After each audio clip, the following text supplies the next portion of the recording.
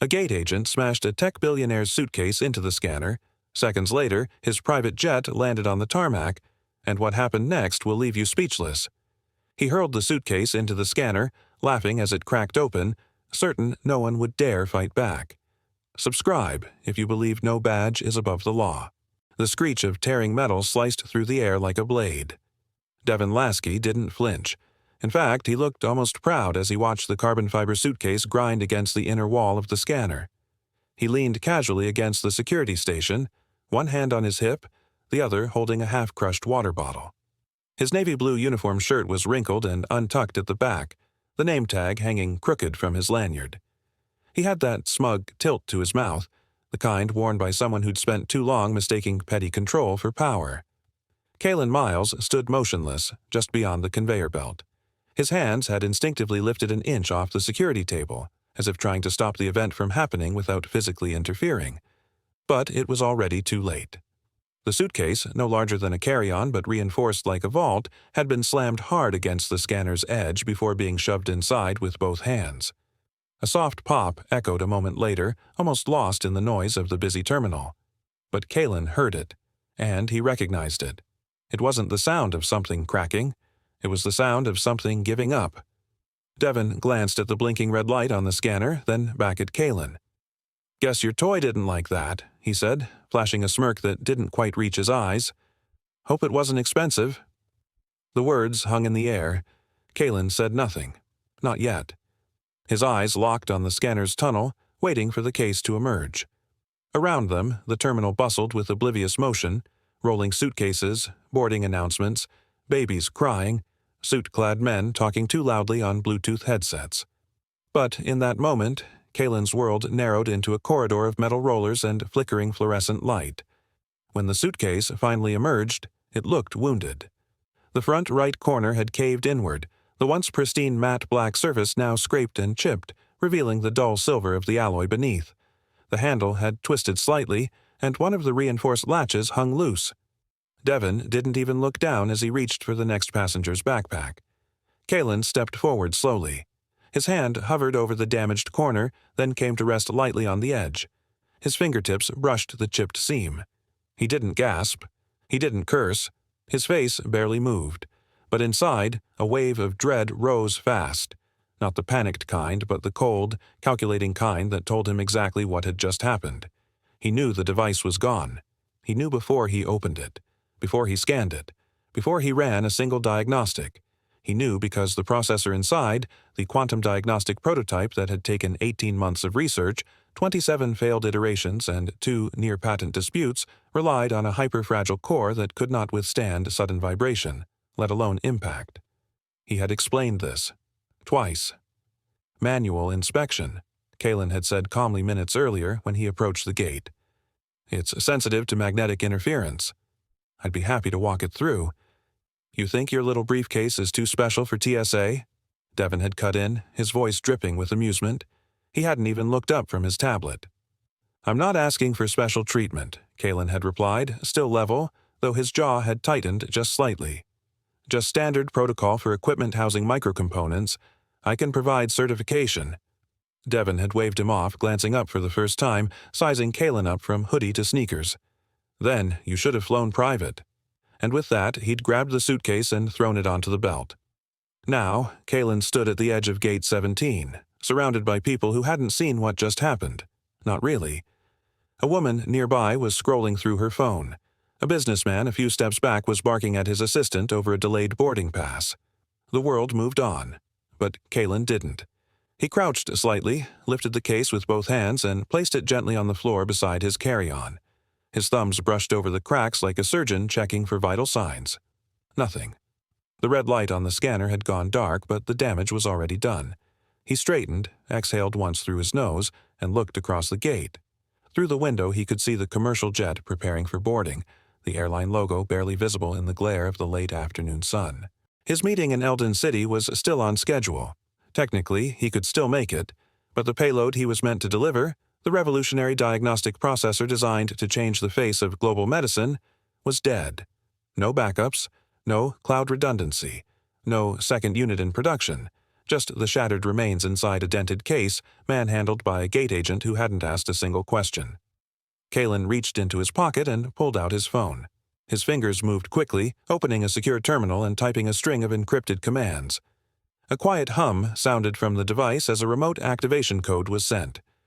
Above the airport, unseen by most, a black dot in the sky shifted course, sleek, silent, and descending fast. Kalen slid the phone back into his pocket, stood, and wheeled the broken suitcase toward the boarding gate. He said nothing more to Devon, who had already forgotten him. But in Kalen's mind, something had shifted.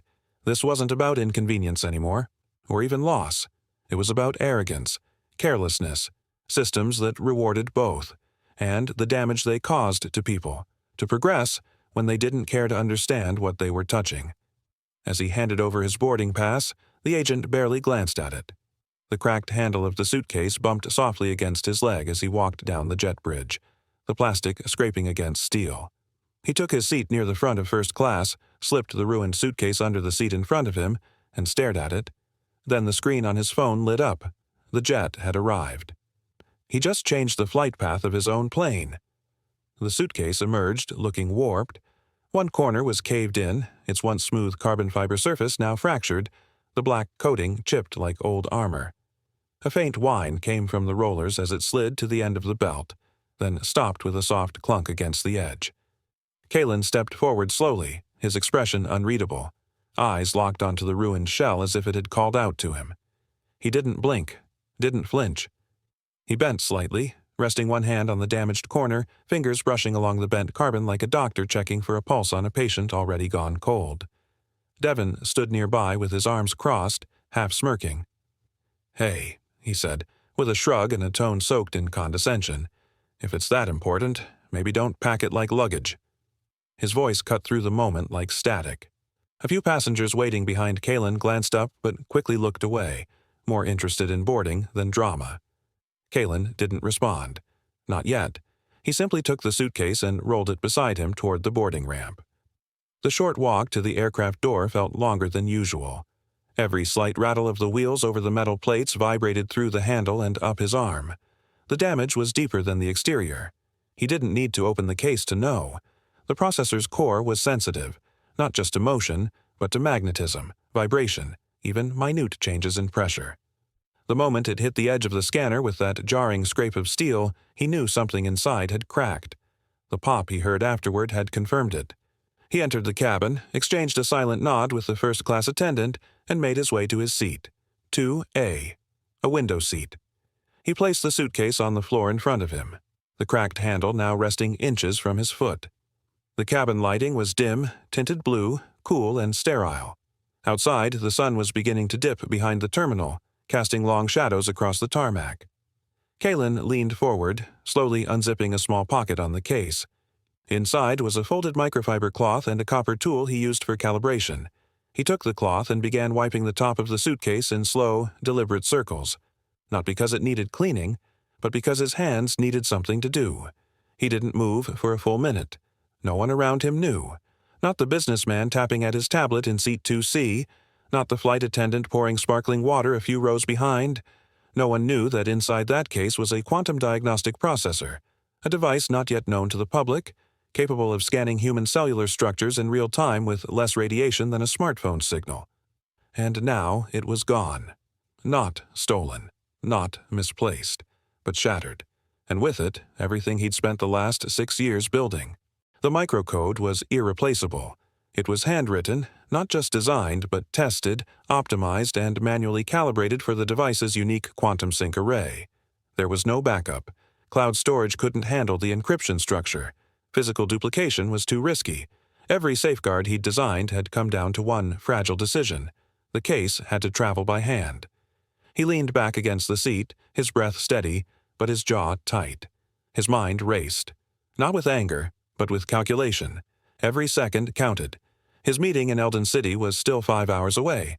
The investors would be waiting, but now he had nothing to show them. No proof, no demonstration, just a shell. He pulled out his phone and unlocked it using a retinal scan. The screen blinked to life in dim mode. With practiced fingers, he opened a secure app and typed a short command, a code string only 4 words long. Then he pressed send. A few seats behind him, a passenger glanced out the window and tilted his head. Kalen followed the man's gaze just in time to see it. A sleek, black-winged aircraft banking sharply above the airport, angling toward a far section of runway. Silent, controlled, precise. VNX-0, his private command jet. It had been rerouted mid-air with that single command. The cabin lights dimmed for takeoff. The engine hum began to rise. Kalen's phone buzzed once, a secure confirmation from the jet's onboard system. It had touched down, awaiting him. He slipped the phone back into his pocket and closed his eyes, just for a moment. The hum of the engines merged with the low murmur of passenger conversations. The flight would depart on schedule, but nothing else would go as planned. The prototype was gone. The loss was staggering, and yet he remained calm. There would be consequences. He wasn't a man driven by emotion, but by outcomes. And someone, some careless, arrogant man, had just rewritten the outcome of an entire industry. The jet rumbled down the runway, and Kalen whispered, just loud enough to hear himself over the lift of the wheels. He just changed the flight path of his own plane. The red light blinked once on the scanner, then again, and then it stayed on, steady, glowing, and ominous. Kalen didn't move. He didn't blink. He just stared at the blinking light, his fingers curled tightly around the handle of the now crumpled carbon fiber suitcase. Inside that box, the future had lived, and now, in a single, reckless second, it had died. No one else in the terminal noticed what had just been lost. To them, it was just a man with a fancy case and an attitude, and an airport worker doing his job. But Kalen Miles didn't waste time explaining to people what they weren't ready to understand. He walked silently through the jet bridge, down the narrow aisle of the commercial plane, and into his first-class seat. The suitcase never left his hand. He didn't place it in the overhead bin. He didn't let it out of sight. Instead, he laid it carefully under the seat in front of him, his foot resting lightly against it like a man guarding a wound no one could see. 30 seconds after buckling his seatbelt, he powered on his phone. No hesitation. No second thoughts. His thumb moved across the encrypted Orlex control app, selecting a command that only 3 people on Earth were authorized to execute. A blinking symbol in the corner confirmed receipt. In the sky above Alderwing International Airport, a sleek aircraft banked sharply in response, VNX-0, a prototype-assisted command jet built with adaptive AI flight systems and military-grade data shields. It had been designed for disaster contingencies, diplomatic extractions, and rapid response medical delivery. But tonight, it would be used for something else. As Kalen sat in silence, the VNX-0 descended without broadcast or announcement, slipping under standard radar and rolling to a stop at a private, unmarked hangar tucked away at the farthest corner of the airfield. Ground crews stood aside as if they'd been rehearsing for this moment their entire lives. Back on the commercial flight, the engines hummed. Flight attendants moved through the cabin offering drinks and forced smiles. But Kalen wasn't there with them. Not really. His eyes stayed locked on his screen as the status update arrived. Fails if E activated. Unit compromised. Data irrecoverable. The message blinked back at him like a flat line on a heart monitor. It was final. Unmistakable. Not a glitch. Not a warning. A verdict. His jaw tightened. Not out of anger, but calculation. He closed the phone. His mind, however, was racing. Not with panic, but precision. The panel of investors waiting in Eldon City would already be preparing to leave. They had flown in from Geneva, Seoul, and Sao Paulo for one thing only, a first-of-its-kind demonstration of the Orlex Q-Pro, the quantum diagnostic unit designed to outperform MRI machines and predict organ failure before symptoms appeared. Now, there would be no demo. No reveal, no contracts. Hundreds of millions in partnerships were evaporating in real time, and every minute that passed was another drop of credibility dissolving into the void. And yet, Kalen didn't scream. He didn't curse. He didn't make a scene. Because he'd been here before. He knew the silence of being underestimated. He had spent most of his early life fighting to be heard in rooms full of louder, older men who thought they knew better. Every line of code in that processor had been written after midnight. Every circuit had been tested by hand. He hadn't just invented something, he had built a future, alone, with no backup and no room for carelessness. Now, that future was in pieces, and someone in a wrinkled uniform with a smirk, had destroyed it with one careless toss and a cheap laugh. He opened his laptop.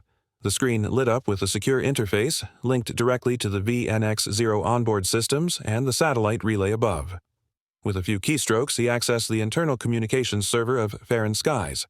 Most companies had weak firewalls. This one was no exception. He hadn't even needed a fresh exploit. He'd embedded one weeks ago during a routine ticket purchase meant only as a backup test for his AI's penetration software. Now it had purpose. He typed Devin Lasky's name into the system. There it was: full employment record, incident reports, complaint filings, one from a veteran who claimed he was verbally insulted, another from a family who missed their flight after Devin misread a boarding pass and refused correction. Each report ended the same way: addressed internally. One lawsuit was still marked open, but the file had been locked. Kalen read every word. Then he copied them. Below the logs, a cluster of internal emails revealed even more. Supervisors knew, managers covered for him. One message mentioned keeping Devin through Q4 to avoid unnecessary contract renegotiations. He stared at that sentence for a long time. Across the aisle, a businessman ordered champagne. Someone laughed a few rows back. But inside Kalen's mind, everything had narrowed into sharp, clinical focus. This wasn't just a one-time failure. It was a system designed to protect itself from accountability, at the cost of everything else. He began drafting a notice of intent, a claim for damages. He calculated the value of the lost opportunity based on signed NDAs, provisional valuations, and licensing deals. He itemized the emotional distress, the legal exposure, the reputational loss. His fingers moved quickly, typing as if possessed by justice itself. The pilot announced the descent. By the time the wheels touched the runway, the notice had been formatted, encrypted, and sent to his legal team in Eldon City. At the foot of the staircase, a man in a navy jacket stood waiting. Theo Bryn, Kalen's longtime assistant, said nothing. He simply opened the door to the black car waiting beside the hangar. Kalen climbed in without speaking. In the seat beside him, his phone buzzed again. Lawsuit initiated. Claim, $100 million. Defendant, Fair & Skies. Across the airport, Devin Lasky was still on his lunch break, sipping coffee and telling a coworker how he'd shut down some punk with a designer suitcase and an attitude. He laughed, shaking his head. He actually asked for manual handling, like I'm supposed to bow and hand carry it through TSA or something. The coworker shrugged, uninterested. Devin grinned. Guy thought he owned the place. But what Devin didn't know, what he couldn't even imagine, was that the man he mocked had just filed the paperwork to take down his entire airline. He wasn't thinking about revenge, he was calculating restitution. The moment the airplane leveled out at cruising altitude, Kalen opened his laptop. The cabin lights dimmed slightly as flight attendants began their routine, but he was already tuned out from the world around him. He placed the battered suitcase under the seat ahead like a fragile relic and adjusted his posture. His mind wasn't on comfort. It was on precision, data, and timing. He tapped into the satellite uplink through a secure tether, launching a string of back-end protocols coded into a private interface, something only he and one trusted engineer knew existed. The air inside the cabin was stale, filled with the faint hum of the engine and muffled conversations. But for Kalen, everything faded except the glowing screen and the series of keystrokes unfolding like muscle memory. He started documenting. The exact timestamp the suitcase had been slammed, the red alert on the scanner, the soft pop he'd heard as the pressure gave way inside the case. With his phone angled subtly in his palm, he took high-resolution images of the exterior damage, corner crushed, carbon fiber splintered, the glossy seal warped just enough to confirm what he already feared. One image after another, each stored instantly into a triple encrypted cloud server. But this wasn't about evidence alone. It was about origin, cause. He opened a hidden console and quietly accessed Fair & Skies' internal employee management system. It wasn't hacking, not in the traditional sense. Weeks ago, when scheduling this trip as a fallback option, he'd noticed vulnerabilities in their booking system. An old pattern in the back-end API caught his attention. Kalen had slipped in a silent listener, not to harm, but to prepare. It was a habit from the days before he wore tailored suits and pitched billion-dollar ideas, back when his keyboard was both shield and sword. Within seconds, Devin Lasky's file appeared on screen. Kalen's eyes scanned it coldly. Surface-level records painted him as clean, low tenure, standard performance metrics, no critical incidents. But deeper layers told a different story. He bypassed surface logs, going into flagged reports and personnel notes hidden beneath probationary tags. 3 formal warnings, one for verbal aggression toward a fellow staffer, another for mocking a passenger with a stutter, and a third, recent, about reckless behavior near sensitive cargo. 2 filed complaints from passengers. 1 pending lawsuit from a disabled veteran alleging humiliation and targeted obstruction, all buried under internal notes recommending short-term observation and rotation away from peak shifts. Kalen's fingers clenched slightly. He didn't need to exaggerate a case. The system had written it for him. In that dim, first-class cabin, lit only by overhead LEDs and the bluish cast of his screen, Kalen began building. Not just a complaint, not just a demand. A class action framework, legal and solid. He inserted the incident's coordinates, the employee record, and potential third-party testimony entries from passengers who had also been brushed aside by Devon. Every tap of his keyboard added a brick to the wall forming around Farron Skies. Across the aisle, a flight attendant offered refreshments. Kalen didn't look up. Meanwhile, 300 miles away, Theo Bryn stood near the private hangar of Alderwing International Airport. Sharp suit, silent demeanor, earpiece buzzing with updates. The black jet, VNX-0, sat idling behind him, sleek and menacing. He checked his watch. Right on time. When the commercial flight finally landed, Kalen didn't wait for the seatbelt sign to turn off. He was already standing. The battered suitcase in his grip, he moved with purpose, past curious glances, past stunned attendants, past the sterile gate corridor. On the tarmac, Theo waited, not a word spoken. No greeting, no questions. Kalen walked directly to the hangar. The air outside was colder than expected, sharp and biting as the sun dipped lower in the sky. Jet engines roared in the distance, but around them, the space was eerily quiet. The ground team at the private bay gave a wide berth, sensing something unusual in the air. Inside the glass-walled hangar office, Kalen handed Theo a small drive. "Send it," he said, his voice low but firm. Theo connected it to a secure line and uploaded the legal brief already constructed on board the flight, clean, airtight, and complete with supporting documentation. Within the hour, Farron Skies' legal team received an official notice of intent to sue for $100 million. The claim was explicit: destruction of irreplaceable intellectual property, willful negligence by an employee with prior warnings, and loss of projected contracts due to a missed investor meeting. It also listed emotional and reputational damages. At that very moment, Devon Lasky was seated at a cafe just outside Terminal C, laughing with a coworker between mouthfuls of vending machine pizza. He leaned back in his chair, reliving the earlier moment with crude delight. "Guy looked like I threw his puppy in the scanner," he snorted, sipping his soda. "All I did was shove his fancy toy in. Big deal." His coworker chuckled uneasily, unsure if Devon was exaggerating. "Tech bros think they own the place just 'cause they wear black hoodies and frown a lot," Devon continued, stretching with an exaggerated yawn. "I shut him down. He'll think twice next time neither of them knew what was already in motion.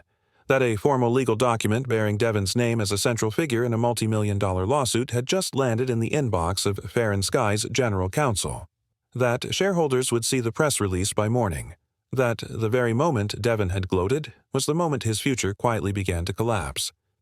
He had no idea the man he mocked just filed the paperwork to take down his entire airline. The video hit the internet like a spark dropped on dry grass. Shot from the shaky hands of a passenger standing just behind the security line, the clip was only 12 seconds long, but every frame screamed negligence.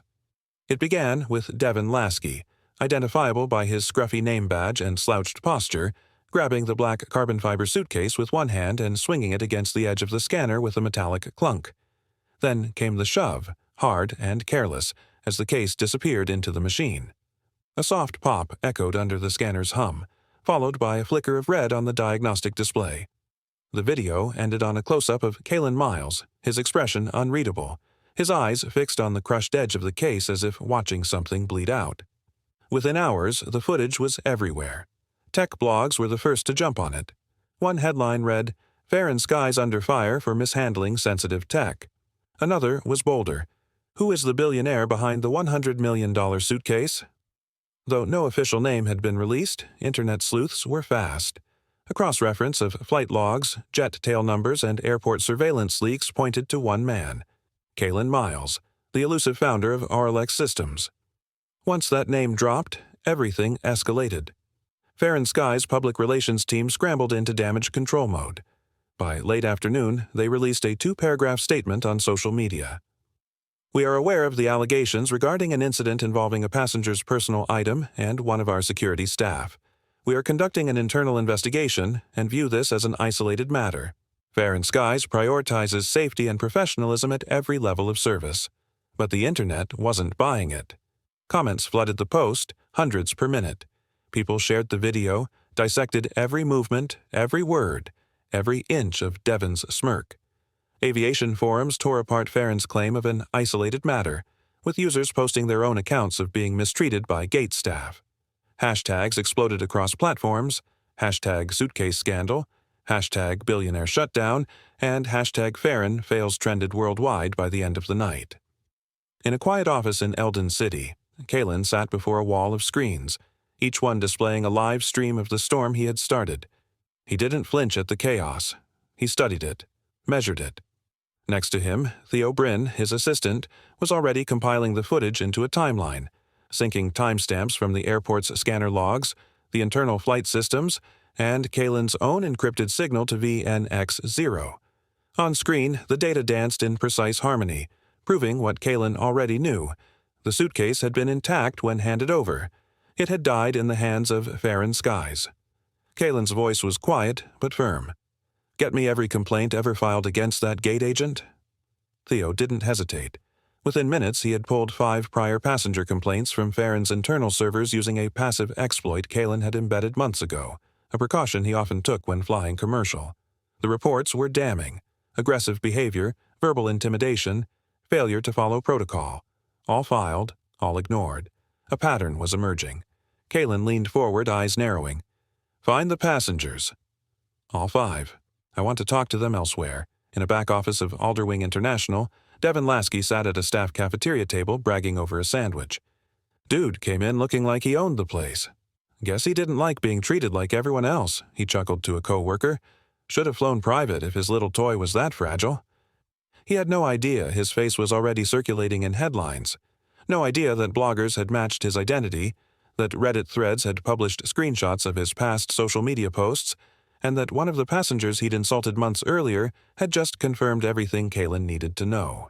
By nightfall, Kalen's legal team had filed to convert the personal lawsuit into a class action claim, citing multiple passengers with similar experiences, a pattern of negligence, and corporate indifference from Fair and Skies.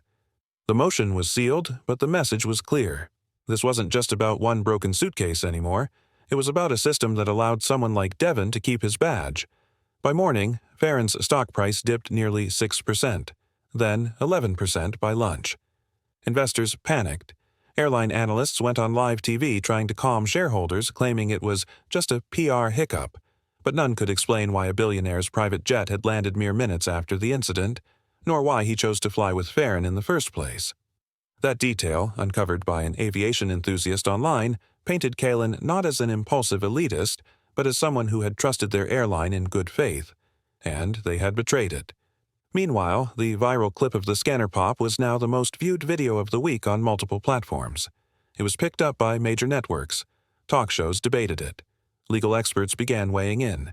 Kalen's name trended on tech sites, investor boards, and even educational forums, where students debated the ethics of prototype protection. Inside his headquarters, Kalen watched it all unfold without a single word of commentary. He didn't gloat, he didn't rush interviews, he waited. At 9:42 p.m., his legal counsel confirmed that all 5 former complainants had agreed to join the class action case. One of them, a former software engineer, wrote in his email, "I thought nobody would ever care." "Thank you for making this public." Kalen replied with just 3 words. "This is personal." Theo looked up from his screen. "You really want to take them down that bad?" Kalen didn't answer immediately. He looked at the cracked suitcase in the display case across the room, still resting where he had placed it after the trial transport. His voice came low, almost like an afterthought. "The suitcase was just the beginning. Now he wanted the culture that broke it. The screen lit up with the shaky, grainy feed of a smartphone camera. Devin Lasky's face filled the frame, smug, defensive, and clearly unbothered. His backdrop was a cluttered break room, half lit by flickering fluorescence with the Fair and Skies logo peeling slightly on the wall behind him. He adjusted the phone angle, leaned in, and smirked.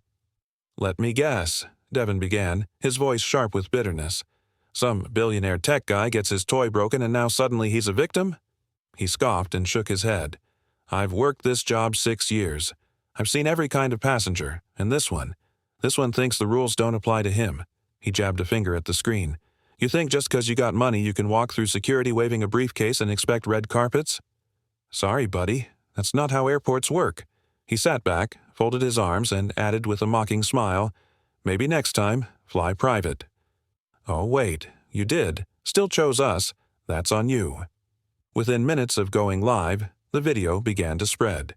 Inside a quiet glass-walled conference room on the 31st floor of Orlex Systems, Kalen Miles sat before a muted monitor, flanked by his legal counsel, his communications director, and Theo Bryn, his assistant. The live stream played once, then again. No one spoke. Kalen didn't blink. "Save the stream. Flag the IP. Get me a timestamp and clone the metadata." Theo was already typing. "Done. Saved." He tagged Fair and Sky's official handle in the post. He just made this an official statement. Kalen leaned forward, steepling his fingers. The room seemed to exhale tension, as if something irreversible had just shifted. "Then let's respond the only way arrogance understands," he said quietly. "Through facts." Over the next 36 hours, Kalen's team went into overdrive. Their goal wasn't just to prove Devin wrong, it was to shine a spotlight on a system that enabled men like him. Kalen's developers, legal researchers, and digital strategists locked into one purpose: exposure.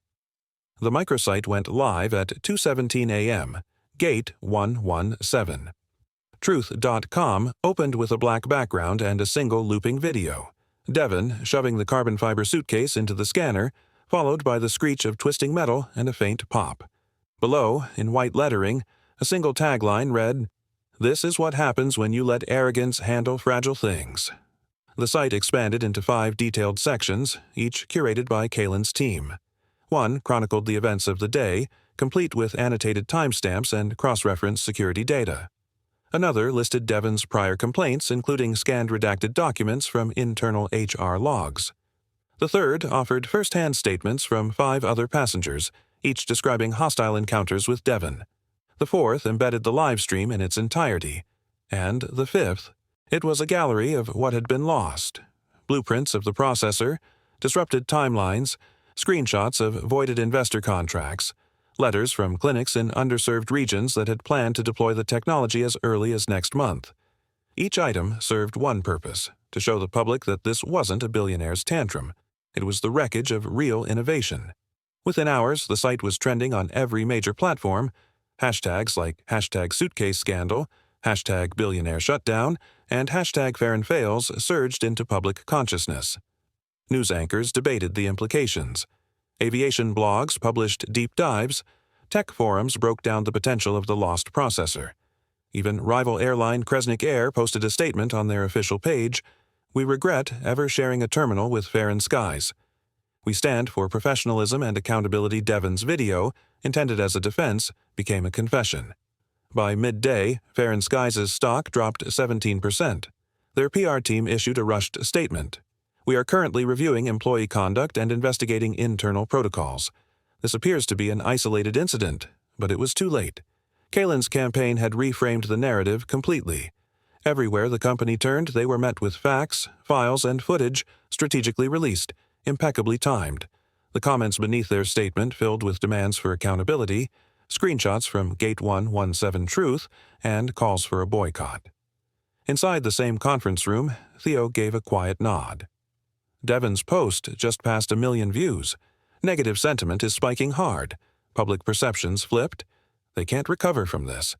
Kalen's expression remained calm, but something deeper flickered in his eyes, resolve and something colder beneath it. He turned toward the glass wall, watching the distant lights of the city. "He turned a mistake into a spectacle," Kalen murmured. "Let's make sure the spectacle becomes memory." Theo hesitated. "Do you want to go public now? Give a statement." Kalen shook his head. "No. Let the truth speak louder than my voice." For the next 2 days, Kalen remained completely silent. No interviews, no tweets, no press conference, just the sight, the evidence, and the quiet fury of a system that had finally been cornered by its own indifference. The more Farron tried to defend itself, the worse the damage became. In private boardrooms, executives argued over strategy. But in public, the battle was already lost. Because Kalen didn't need to shout. He didn't need to threaten. The facts were doing all the talking. And as the sun set on a third chaotic day for Farron skies, the tagline of the site lingered in every comment section, every news banner, and every furious shareholder memo. He never raised his voice, he just raised the consequences. The envelope was thick, marked Confidential Settlement Proposal in bold, unambiguous type. Kalen Miles didn't open it immediately. He already knew what was inside. The amount had been whispered through legal intermediaries, $12 million. Along with it came the real offer, silence. A gag order spanning 5 years. No interviews, no public statement, no mention of what Devin Lasky had done at Gate 17, no mention of what Farron Skies had tried to bury. In exchange, they would wire the funds within 72 hours and claim the matter was resolved amicably. Kalen stared at the envelope as it lay unopened on the conference table inside his hangar office. Rain beat steadily against the glass walls. Across from him sat his legal advisor, Mark Fallon, a sharp-eyed attorney who rarely blinked at large figures, but even he hesitated. "You could take it, Kalen," Mark said quietly. $12 million. No delays, no court drama. You walk away with something Kalen didn't answer right away. He reached beneath the table and pulled the suitcase from its compartment. Its edges were still torn, the carbon fiber laminate cracked like splintered glass. He laid it flat on the table and opened the lock. Inside was the shattered processor, delicate silver filaments crushed like spiderwebs under a boot. He looked up. "This wasn't just a project," he said, voice steady but low. "It was supposed to change diagnostic medicine in refugee camps, mobile units, rural towns. I didn't build it to impress investors. I built it for people who never even get into hospitals." Mark said nothing. "They treated it like luggage," Kalen added. $12 million won't fix that. And it won't stop the next Devin Lasky from doing it again." That afternoon, he sent back the envelope, unopened. The response was formal, written by his own hand, signed with Eurolex's seal. Offer declined. We proceed to trial. 2 weeks later, the courthouse was swarming with cameras. The city's civil courtroom had rarely hosted cases with this kind of attention. Billionaires usually settled in silence. Tech founders didn't often show up in hoodies. Kalen walked past the media without a word, wearing the same black hoodie and jeans he had worn during the Gate 17 incident. Reporters shouted after him as he entered. One got close enough to ask, "Is this about revenge?" Kalen paused only slightly. "I'm seeking a standard," he replied, then disappeared through the courthouse doors. Inside, the room was cold and sharp. Dark oak panels lined the walls. The judge, an aging man named Pierce Langston, glanced at Kalen, then at the defense counsel from Farron Skies. The airline's lawyers looked polished and relaxed, as if they expected to win by default. Their lead counsel, Gregory Trent, rose confidently. "There is no verifiable proof," Trent said, "that the damaged suitcase contained what the plaintiff claims. No passenger manifest can confirm it. No official manifest was submitted. No backup copy exists. We are dealing with a speculative loss." Kalen stood slowly. "Permission to present digital evidence?" Judge Langston nodded. Kalen held up a tablet and mirrored it to the courtroom screen.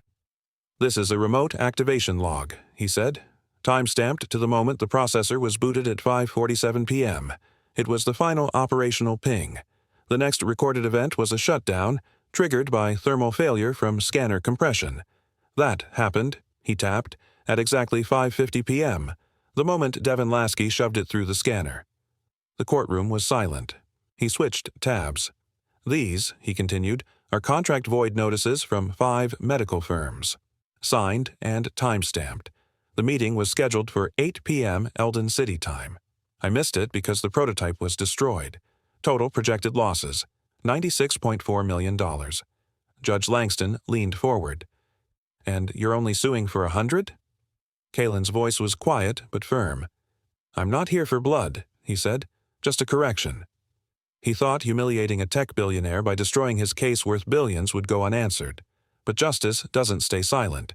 If you believe every act of cruelty must be answered, hit subscribe. Justice starts here. The courtroom went still as the audio clip played through the overhead speakers. If you want this to go away, delete the footage. No one needs to see what happened in that hangar. Think of your career. We can make it worth your time. The voice was smooth, too smooth, practiced. It belonged to a man named Trent Mallory, Fair and Sky's internal security liaison, and it was unmistakable. The words echoed off the high wooden walls of the courtroom like a dropped wrench in a silent garage. Judges, attorneys, reporters, everyone froze. On the witness stand, Theo Bryn sat tall, hands clasped in front of him, face expressionless. But beneath the surface, his pulse was a slow, steady drumbeat of vindication. He had waited weeks for this moment. He could feel every eye in the room on him, watching, judging, wondering if what they'd just heard was real. Kalen sat behind him at the plaintiff's table, legs crossed, his expression unreadable, but his right hand slowly closed around the cracked carbon fiber handle of the damaged suitcase that lay beside him. The gesture wasn't for comfort. It was a reminder. The judge leaned forward slightly, brow furrowed. "Mr. Bryn, can you confirm the authenticity of this recording?" Theo nodded. "Yes, Your Honor." The conversation took place 3 days after the incident. I was approached in a side corridor of Hangar B by Mr. Mallory. I wore a body mic because I had a feeling something like this might happen. A murmur rippled through the crowd. Across the aisle, Fair and Sky's lead counsel, Wesley Dorn, shifted in his seat and leaned into his co-counsel's ear, whispering urgently. Their client's public narrative was unraveling faster than they could rewrite it. The judge adjusted his glasses and looked over to Dorn. "Counselor, do you dispute the voice on the tape?" Dorn stood slowly, face pale. "At this time, Your Honor, we request a short recess to verify the integrity of the—" "Denied," the judge interrupted. "This court has heard the recording clearly. Continue." Mr. Bryn. Theo inhaled deeply, then released the breath slowly. "They didn't just want the footage gone. They offered me a transfer, a bonus, said they'd bury this with red tape. When I didn't respond, I started getting warning emails from internal systems, flags for unauthorized access that I never made. It was a pressure tactic." "And did you comply?" the judge asked, his tone measured. "No," Theo said plainly. "That's why I'm here." Kalen's gaze didn't waver. He watched Farron's legal team spiral into frantic whispers. Every second that passed was another drop in the bucket of public perception, now tilting dangerously against the airline. Suddenly, everything changed. The judge removed his glasses, folded them neatly, and looked toward the defense table. "This is no longer a simple negligence case," he said. "This is potential corporate obstruction." A hush fell across the courtroom. Theo stepped down from the stand. As he passed Kalen, their eyes met for just a second. Kalen gave him a single nod, one of gratitude, not victory. This wasn't over, but it was shifting. Reporters rushed from the courtroom during the recess, already drafting headlines. Fair and Sky's accused of bribery cover-up, whistleblower drops, bombshell in courtroom, and Suitcase trial reveals deep corruption. The internet would explode in the next hour. Kalen didn't need to say a word. He let the evidence speak louder than outrage ever could. Back in the hallway, Dorn took a desperate call, pacing near the defense table. A staff member approached him, whispering something urgent. His face went gray. Moments later, he stood before the judge again. "Your Honor," Dorn said, voice strained, "we've just received word that Fair and Sky's CEO, Mr. Lane Hartford, has tendered his resignation, effective immediately." The judge raised an eyebrow but said nothing. The gavel didn't drop. It didn't need to. Back in the courtroom, the jury sat frozen. Some took notes furiously. Others simply stared at the plaintiffs. The illusion of control Fair and Sky's had so carefully crafted was now shattered, and everyone could feel it. Meanwhile, outside the courthouse, stock tickers began to bleed. Fair and Sky's shares plummeted another 7% within the hour. Investors panicked. A rival airline issued a public apology just for sharing a terminal with them. Board members scrambled behind closed doors, distancing themselves from the rot that now stank in every headline. And Devin Lasky? He had vanished from the spotlight. No more live streams. No more smug commentary. His legal team had advised him to remain silent, a silence that now screamed louder than any denial. The man who had once sneered at a cracked suitcase was now reduced to a whisper in the wings. Kalen said nothing to the press. He didn't need to. The public already knew. The judge looked down at his notes and addressed the courtroom in a calm, even voice. "We will reconvene tomorrow morning. In light of this new evidence, I am authorizing an immediate ethics investigation into Fair & Sky's executive conduct chairs scraped quietly as the room emptied." Kalen stood last, eyes lingering on the judge's bench before turning toward the exit. And as the final headlines hit the press, the story had changed forever. Not just a mishandled suitcase, but a crack in a corporate wall that let the truth flood through. What started with the slam of a suitcase had cracked open a sealed vault of corporate rot. The courtroom fell into a tense hush as the projection screen blinked to life. On it, a string of internal Fair & Sky's emails appeared, headers, timestamps, thread history. No preamble, no delay. Just blunt, damning text. The courtroom's atmosphere shifted like a sudden change in air pressure, as if even the walls were holding their breath. At the prosecution's table, Kalen Miles remained still, eyes forward, elbows resting on the polished wood, fingers laced. He didn't glance at the screen. He didn't have to. He already knew what it said, every word, every subject line, every signature. Theo Bryn, seated beside him, angled slightly toward the jury. The young assistant had his jaw set tight, watching for every flinch, every shift in the jurors' expressions. Kalen had told him before the trial, the real power didn't come from yelling. It came from revealing. The lead attorney from Kalen's team, Marcus Devon, took a single step forward. "Ladies and gentlemen," he said, voice even, "what you're about to see isn't speculation. It isn't opinion. These are internal communications from Fair & Sky's Executive Risk Department, discussing their own employee, Devin Lasky." A few jurors leaned forward instinctively. The screen advanced to the first email. Subject, Lasky, Q2 Shift Concerns. From David Kern, Regional Ops, to Internal Counsel, Gate Management.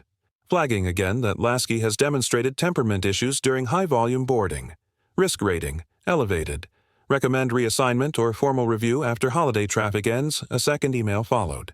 Subject, RE, Lasky Concerns. From Dan Rieger, Exec Counsel. If we suspend now, Union may push back. Let's mark it, observed, for correction, and circle back Q3.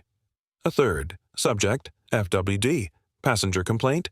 May 3rd. Another incident, third in 6 months. Passenger claimed he shoved a mobility device. Advise holding off formal write-up. Need him on roster for summer travel spike. A low murmur rose from the back row. The judge, a broad-chested man with tired eyes named Judge Rourke, tapped his gavel once. "Quiet," he said firmly. Kalen didn't smile. His expression was unreadable, not cold, not smug, just steady, like a man who had predicted the storm and simply dressed for rain. Fair & Sky's lead counsel, Jackson Vale, was on his feet. "Your Honor," he barked, "we object to the inclusion of this evidence." It was not acquired through formal disclosure. There's no authentication. Marcus raised a hand calmly. "All metadata is intact, Your Honor. IP tracebacks confirm they originated from Fair & Sky's servers. The source is protected under whistleblower confidentiality, but the documents are verified." Judge Rourke studied both men for a long second. Then he leaned into his mic. "Objection overruled. The jury will consider the emails as evidence." Gasps followed, not loud, but unmistakable. The tide had shifted. Kalen glanced briefly toward the defendant's table. Devin Lasky sat alone now, his attorney whispering urgently, but the color in Devin's face had drained to pale stone.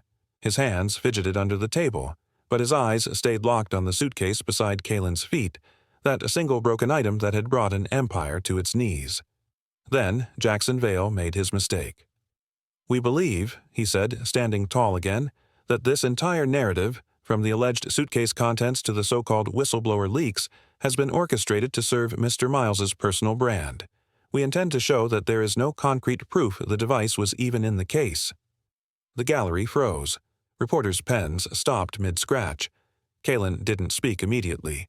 He rose with quiet purpose and walked to the evidence display at the center of the courtroom. Beside the flag-draped witness box stood a tall, clear enclosure. Inside it was the carbon fiber suitcase, sealed behind polished glass, its left corner buckled, The carbon shell visibly cracked like a splintered carapace. With a gloved hand, Kalen unlatched the display. The sound of the clasps, faint but metallic, echoed in the silence. He lifted the lid slowly, revealing the processor still nestled inside, now dark and fractured. Hairline breaks crossed its surface like spiderwebs. He didn't raise his voice. "This," he said, eyes on the jury, "is the only physical unit ever produced of the Auralex diagnostic processor." He paused. Inside this casing was a quantum calibration chip with encryption mapped directly to terminal arrays housed only in our lab. No cloud sync, no duplicates. When it was crushed, everything, years of work, lives it could have saved, was lost. The room was silent. Not a shuffle, not a cough. "I didn't bring this to make you feel sorry. I brought it because Fair and Skies argued we don't have proof." He turned his gaze to the defense table. "I don't need anyone's sympathy. I need accountability." Then, with the deliberateness of a man unburdened by doubt, he stepped back and let the jury see what was left of his life's work. The last words were spoken with a quiet finality that wrapped the room in invisible thread, binding every listener to the weight of what had happened. You don't get to crush someone's life work and call it an accident. Not when it was this loud. The courtroom fell into a hush as the jury re-entered. 12 men in navy blazers and weathered expressions. A few clutched notepads. One, a retired machinist, nodded solemnly at Kalen. The air was thick with anticipation, like static before a storm. The judge leaned forward, eyes expectant. The foreman stood. "Your Honor, we the jury find Fair and Skies liable on all counts: destruction of intellectual property, negligent retention of a high-risk employee, and attempted obstruction of evidence." There was no cheer, no gasp, just the sound of 1,000 shoulders tightening in unison. "Damages awarded to Mr. Kalen Miles in the amount of $112 million, the foreman added, folding the paper gently and handing it to the clerk, "including punitive penalties." For a moment, all eyes turned to Kalen. He didn't move, no victory smile, no sigh of relief, just a stillness, deliberate and sharp. He stood slowly, the cracked carbon fiber suitcase still resting on the table beside him, its battered surface a mute testament to everything lost and everything gained. The judge adjusted his glasses. "Mr. Miles, you are entitled to make a closing remark, should you wish." Kalen stepped forward. His voice was quiet but carried across the entire courtroom like the hum of distant thunder. "I'm grateful to the jury for seeing the truth," he began, "but I want to make a request." "Not for myself." The opposing counsel leaned forward, confused. Even his own legal team shifted slightly. "I don't want the full amount," Kalen continued, turning to face the judge directly. "I'd like a portion, a meaningful one, to be redirected into a federal training initiative, specifically to fund reform programs for frontline airport personnel." A stir moved through the gallery. Kalen's voice remained even. This trial wasn't about revenge. And it wasn't just about one broken case or one disrespectful employee. It was about what happens when arrogance replaces caution, when a culture of unchecked authority grows so familiar that it forgets the faces passing through its gates. He paused, then looked at the jury, one by one. "I built that prototype with the intent to save lives, for rural hospitals, overworked clinics, warfront med units. When it was destroyed, it wasn't just a loss of money, it was a delay in healing, a delay in hope, and that's a cost I'll never get back." A soft clicking sound echoed in the background, camera shutters from the press bench, but Kalen didn't acknowledge them. "I'm not asking for mercy. I'm asking for change," he said, "real, structured, enforceable change, so that no other scientist, artist, veteran, or working man is ever told his belongings aren't important, or that he doesn't look like someone who matters." The judge remained still, hands steepled beneath his chin. For a few seconds, no one spoke. Then, "Your request is unusual," the judge said at last, with a touch of quiet respect in his voice, "but I believe it is well-founded. I will formally recommend the redirection of the requested amount into a federally governed reform fund for transportation training initiatives. I suspect Congress will be watching." There was no applause, just a deep collective exhale, as if the entire room had forgotten to breathe until now. Outside, the sun had dipped low. Cameras lined the steps of the courthouse like rifles on parade. Reporters called his name, but Kalen didn't answer. He emerged alone, without security or entourage, his hoodie drawn low against the wind. Beside him, Theo Bryn stood silently, holding the same cracked suitcase. They paused at the edge of the tarmac where the quiet hum of a jet could be heard idling in the distance. One reporter finally broke through the line. "Mr. Miles, what does this verdict mean to you? Will you rebuild?" Kalen turned slightly, shadows dancing beneath his hood. "I never stopped building," he replied. And with that, he stepped into the waiting transport, leaving behind a world that now bore a new precedent, one written not with force, but with resolve. He didn't just win, he rewrote the rules. 3 board members resigned the morning after the verdict. Their statements were brief, coldly professional, and littered with vague phrases like strategic realignment and personal reflection. But the truth was plain. They were running. The court ruling against Fair & Skies had sent a shockwave through the aviation industry, and the aftershocks hadn't even reached full strength. Within 72 hours, the Department of Aviation dispatched auditors to 5 major airports, including Alderwing International. Gate security logs were pulled, training manuals were scrutinized, protocols were dissected down to the ink smears on clipboard checklists. The system, once invisible and unchecked, was now a stage under floodlights. A chilling memo circulated across terminals. Expect random evaluations and possible restructurings. Gate agents across the country began whispering a name with both fear and fascination: Kalen's Protocol. Back at Orlex headquarters, Kalen Miles sat at his desk, silent and unreadable, staring at the fractured suitcase displayed under a dim, focused light. He hadn't moved it since placing it there days after the trial. Its edge was still split open, jagged like a cracked bone, and the carbon fiber shell bore a thumb-sized dent near the handle. No one was allowed to touch it. It was not evidence anymore. It was a monument. His phone buzzed. Theo Bryn, his assistant, entered the room with a slow, cautious step. "You've got 26 press requests, 4 awards you've been nominated for, and 5 VCs asking to come back in." Kalen didn't look up. "Tell them I'm not building a spectacle. I'm building silence." Theo nodded, but hesitated. One request was different. A medical relief group, Coalition Atlas, they want to deploy the new Orlex units in rural trauma centers. No PR involved, just need the tech that got Kalen's attention. He looked up slowly, eyes tired but sharp. "They the same ones who flew diagnostics into Corval after the landslides?" Theo nodded. "Same group." Kalen leaned back, steepling his fingers. "Give them access. No charge for the first batch. Prioritize deployment over headlines." Outside the room, the world was ablaze with speculation. Tech news sites ran banner stories headlined "Billionaire Breaks Airline" and "Fair & Skies Crumbles After Courtroom Blitz." A clip from the courtroom, where Kalen opened the shattered suitcase in front of the jury, was replayed endlessly. The internet dissected every expression on his face as if he were a public oracle. Meanwhile, Devin Lasky was holed up in a small apartment on the edge of Merrow County, unemployed and bitter. His last defense, a wrongful termination lawsuit filed against Fair & Skies, was dismissed before it even reached the docket. The court had reviewed his live stream, the passenger complaints, and the internal email chain admitting his pattern of misconduct. The judge's response was one sentence: "This court recognizes no injury where self-inflicted damage is the cause." Devin didn't leave the apartment for a week. At the same time, investors who had once abandoned Orlex came flooding back like moths to a torch. Every major boardroom wanted a piece of the comeback story. They offered equity, cash infusions, global partnerships, but Kalen rejected nearly all of them. "If you needed a broken suitcase to believe in my vision," he told one managing partner bluntly, "then you were never supposed to be part of it."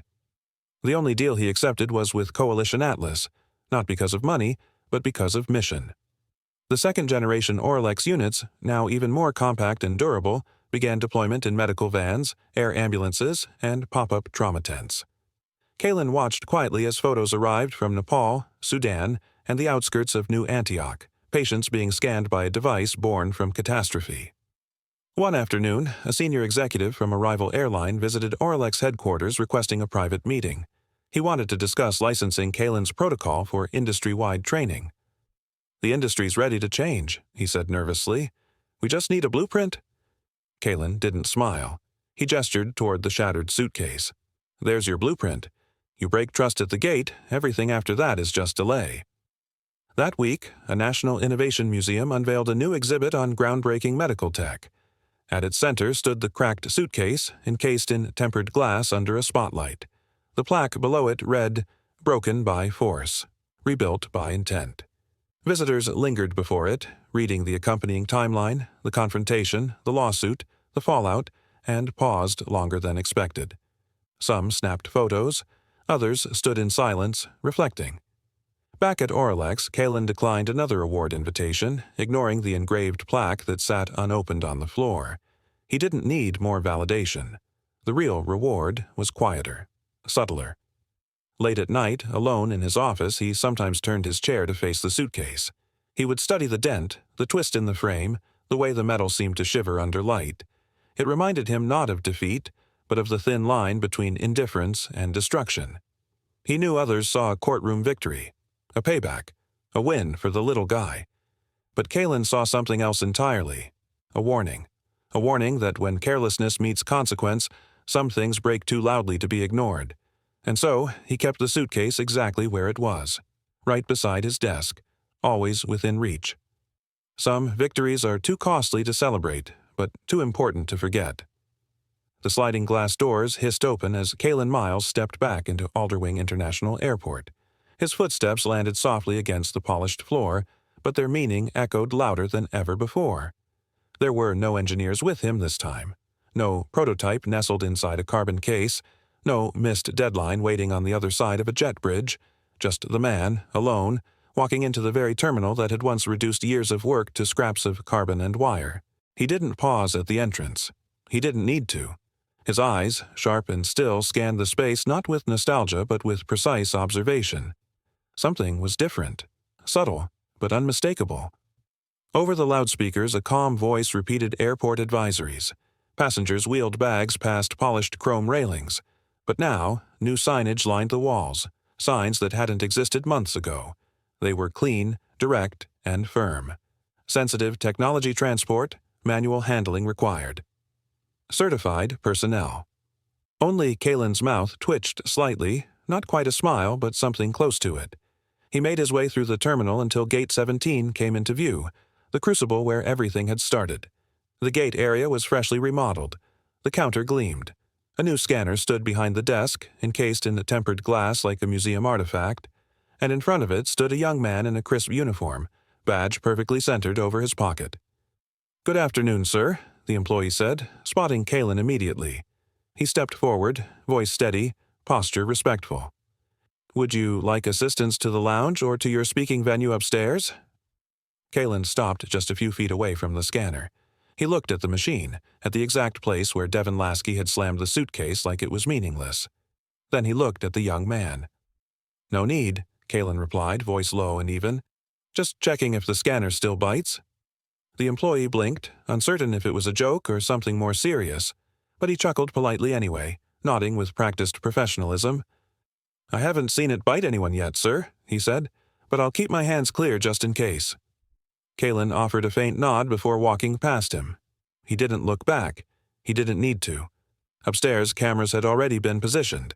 The press wasn't overwhelming, but they were present, a curated group cleared to cover the launch of the new National Airport Sensitivity and Handling Training Program. The initiative was funded jointly by the Department of Aviation and a private reform grant, one Kalin himself had authorized from the settlement payout. At the podium, a clean black screen displayed one title only: Kalin Protocols, Respect in Practice. The room quieted as he approached. No teleprompter, no script, just him. He took the microphone with the same composure he'd held through every lawsuit, every investor withdrawal, every insult disguised as procedure. He adjusted the stand slightly and spoke. "I wasn't supposed to be here again," he began, voice calm, clear, and deliberate. "Not after what happened?" He paused, eyes scanning the room. No one moved. "I wasn't supposed to ever trust this terminal again. I wasn't supposed to speak to another employee about fragile cargo. I certainly wasn't supposed to donate a dime to the industry that almost made me quit building." Another pause. "And yet, here I am." He paced slightly now, eyes not on the cameras but on the crowd, the uniformed staff, the policy advisors, the young trainees who had just completed the first wave of sensitivity certification. Because respect shouldn't come from lawsuits. It shouldn't arrive only after a courtroom verdict or a viral video. It should start at the scanner. It should be automatic. It should be standard. The room absorbed every word. Kalen gestured toward the back, where an empty carbon suitcase, a replica of the one that started it all, sat mounted behind glass on display as a permanent exhibit in the terminal's new training hall. I didn't come back to be celebrated. I came back to say one thing. To the engineers, the doctors, the artists, the builders, to the people carrying ideas no one else understands, to the workers who are trained to rush, to the employees told to just follow orders, I see you, and I remember what it cost me not to be seen. He stepped back from the mic. That was all. No applause cue. No sponsor acknowledgments. No corporate slogans. The cameras blinked red, and the room stood in stunned silence. As Kalen turned to leave, a journalist called after him. Do you have any regrets? He didn't stop walking, didn't slow down, but as he reached the exit doors, he said loud enough for the microphone to catch, respect shouldn't come after a lawsuit. It should come standard. The room was dim, lit only by the soft amber hue of the setting sun, leaking through tall glass panels that overlooked the city skyline. Dust particles drifted lazily in the beams of light, swirling like memories caught in motion. The room, nestled deep within the top floor of Arlex Systems headquarters, was locked to everyone except Kalen Miles. Inside, at the very center of a matte black pedestal, sat the damaged carbon fiber suitcase, its split edge frozen in time like a wound left to scar. Kalen stood before it, silent. He hadn't entered this room in days, maybe weeks, yet it looked untouched, just as he had left it. The edges of the suitcase were frayed, not from time, but from impact, an unnatural fracture that hadn't been mended by engineering or polished away by pride. The glow of the fading sun brushed against the fractured surface, and for a moment the break looked almost deliberate, like the opening of something sacred. To most, it was a broken container. To Kalen, it was a threshold. He reached out and let his fingers hover above the crack, not quite touching it. His breath was steady, but his mind wasn't still. It drifted back to Gate 17, to Devin Lasky's smirk, to the sound, that sharp metallic screech and the soft pop that had followed. That was the moment something inside Kalen hadn't just cracked, it had changed. And though the court had ruled in his favor, though the prototype had been rebuilt and was now operational in over 40 hospitals, though executives had stepped down and airlines had restructured, this case, this room, and this silence were what remained untouched. Behind him, the door creaked open. Kalen didn't turn. A soft pair of footsteps approached cautiously. It was Marcus Denley, a new intern barely a month into his term. Young, curious, ambitious, eager to learn but wise enough not to interrupt carelessly. He lingered at the edge of the room, clearly nervous. "Sir?" Marcus said after a respectful pause. Kalen acknowledged him with a quiet glance but said nothing. The intern's eyes fell on the damaged suitcase and he squinted as if trying to understand what made it so important. He had heard stories around the office, whispered retellings of the suitcase incident, like a tech world fable. But seeing it here, centered, unguarded, and broken, made it real. "Why don't you just get it fixed?" Marcus finally asked, genuine curiosity in his voice. "I mean, it's not like you couldn't." Kalen exhaled through his nose, slow and deliberate. He turned slightly, resting one hand on the pedestal and studying the young man. "Because someday," Kalen said, his voice calm but weighted, "someone will think they're too powerful to listen." He paused. The light from the window caught the lines on his face, deepened by sleepless nights and the weight of consequence. "And I want them to see what that kind of power cost the last guy." Marcus said nothing. The weight of those words filled the air. He looked back at the suitcase, and suddenly, he didn't see a broken object. He saw a warning. A symbol. A line no one should cross. The silence returned, but it wasn't empty. It was filled with meaning. Outside, the wind stirred. Horns blared faintly below on the street. Inside, the amber light shifted, casting a golden glow across the surface of the cracked case, as if the sun itself was offering a moment of reverence. Kalen stood still, watching the reflection. He didn't need to say more. The suitcase said it all. He turned back to his desk, the intern retreating with a new understanding etched into his memory. The door clicked shut behind him. The light dimmed further. And yet, the suitcase glowed. Not a symbol of defeat, but of resolve. Some things aren't broken to destroy them. They're broken to wake the world up. Seconds later, shock rippled through the terminal. A private jet landed on the runway, and the same billionaire prepared his lawsuit for $100 million. If you stand for protecting the innocent and demanding accountability, subscribe now. Together, we rise.